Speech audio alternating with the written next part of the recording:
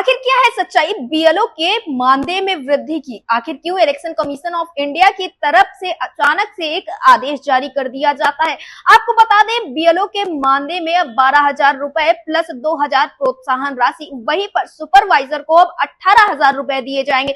ये आदेश election commission of India की तरफ से जारी किया जाता है, जिसमें साफ तौर पर ये सारी चीजें लिखी होती है। लेकिन जब से ये आदेश जारी हुआ है, तब से सबके बीच में हलचल मच गई है और सबका यही मानना है कि आखिर इतना बड़ा कदम क्यों उठाया गया है, जबकि लंबे समय से जो बीएलओ ड्यूटी कर रहे शिक्षक है वो ये कहते हुए नजर आते थे कि बीएलओ की ड्यूटी की वजह से कई सारी समस्याओं का सामना करना पड़ता है। उनका मुख्य कार्य जो है वो पठन पाठन का कार्य, और इसका विरोध भी देखने को मिला था। लेकिन सरकार ने बीएलओ की ड्यूटी शिक्षकों के जरिए हटाने के बजाय यहाँ पर प्रोत्साहन राशि को देने के लिए और मानदेय को बढ़ाने की बात कही है। तो क्या इन सारी चीजों से जो बीएलओ ड्यूटी करते हैं वो सहमत होंगे, या फिर उनकी अन्य कोई मांगे हैं, या फिर उनका और कुछ कहना है? इस विषय पर जो अटल टीवी की टीम ने बातचीत की धरातल पर शिक्षकों से, या फिर यूं कहे कि जो बीएलओ ड्यूटी करते हैं, तो उनका इस पर क्या कुछ कहना था, उनकी क्या प्रतिक्रिया थी, आप भी सुनिए। प्रकाश जी, आपका हमारे चैनल अटल टीवी पे बहुत बहुत स्वागत है।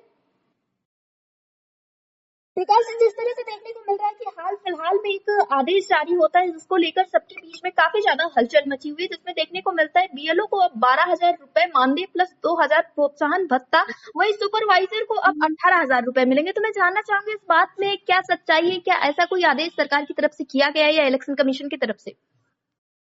देखिए मैम, जो अभी सरकार की तरफ से जियो जारी हुआ है, एक तरह से कह सकते हैं, यहाँ गवर्नमेंट का जो नोटिस है जी उसके अकॉर्डिंग तो ये लिखा हुआ है 12,000 प्लस 2,000। जी ठीक है। और इसमें रह गई बात कि ये प्रोत्साहन राशि समझिए या जो कुछ समझिए, अब इसमें किसकी ड्यूटी लगाई जाती है इस पे डिपेंड करता है कि उनको ये प्रोत्साहन राशि है या परमानेंट जॉब के अंतर्गत इतना सैलरी दिया जा रहा है। जी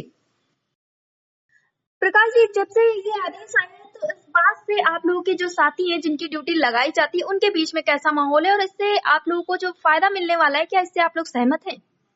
देखिए मैम, रह गई बात फायदे की, तो ड्यूटी फायदे के लिए नहीं किया जाता है, देश की तरक्की के लिए किया जाता है। जी और अगर एक शिक्षक बीएलओ की ड्यूटी करेगा तो कब करेगा? संडे संडे करता है, जी उसकी अपनी निजी भी काम होते हैं संडे को, तो इसमें एक शिक्षक को बहुत दिक्कत होती है।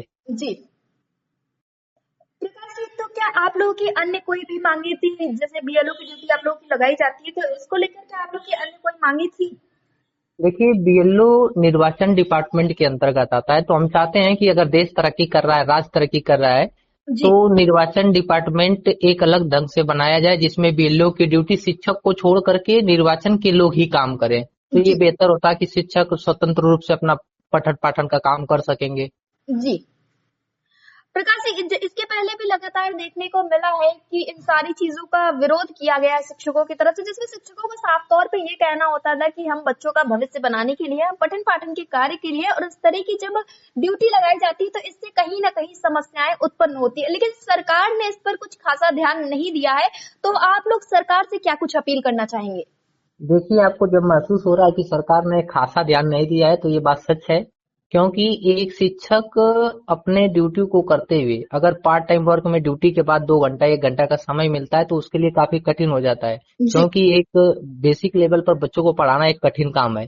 जी जिस हिसाब से लोग वायरल करते कि नहीं शिक्षक बैठे रहते हैं, शिक्षक नहीं पढ़ते, वास्तविकता ये नहीं है। धरातल पे शिक्षक जितना मेहनत करता है बेसिक में, कहीं पे मेहनत नहीं होता है, क्योंकि ये घर पे 2-4 छोटे बच्चों को खिलाना होता है या पढ़ाना होता है, तो एक अभिभावक को या एक गार्जियन को क्या समझ में आता है? यहाँ तो 100-100 50-50 बच्चों को पढ़ाना होता है, वो भी किस कैटेगरी से बच्चे आते हैं आप उसको समझ सकती है। तो जी उनसे बीएलओ ड्यूटी करवाना काफी अच्छा नहीं हमारे हिसाब से लगता है।